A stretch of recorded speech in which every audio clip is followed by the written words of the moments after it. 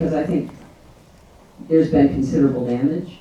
I think it is repairable as long as we win this November. And I say that not just as, a partisan Democrat who wants to see a Democrat elected. I say it as an American and, as you rightly point out, a former Secretary of State.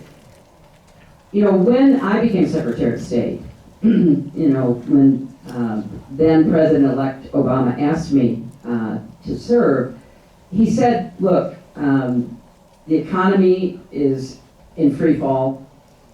Our relations around the world are in a terrible state.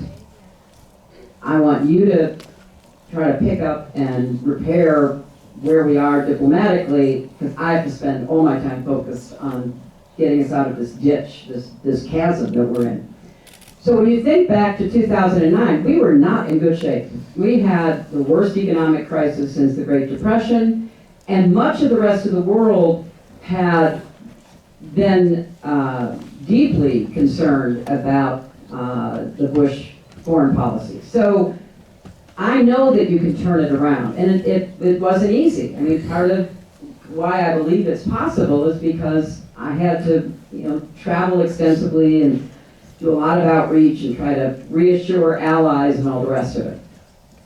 So now we have internal damage that we have to really pay attention to our institutions, particularly in the rule of law and what's happened to the Justice Department, and the role that the current Attorney General is playing is deeply concerning. It should be to anybody.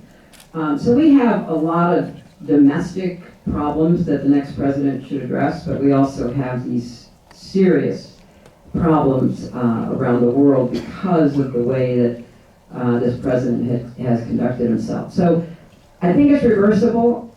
I can't sit here and tell you that if we don't beat him in November, that we will have a much more difficult time trying to reverse it if he gets a second term, which is just unimaginable to me because of what I think it would mean for our democracy. So let's make sure we win in 2020.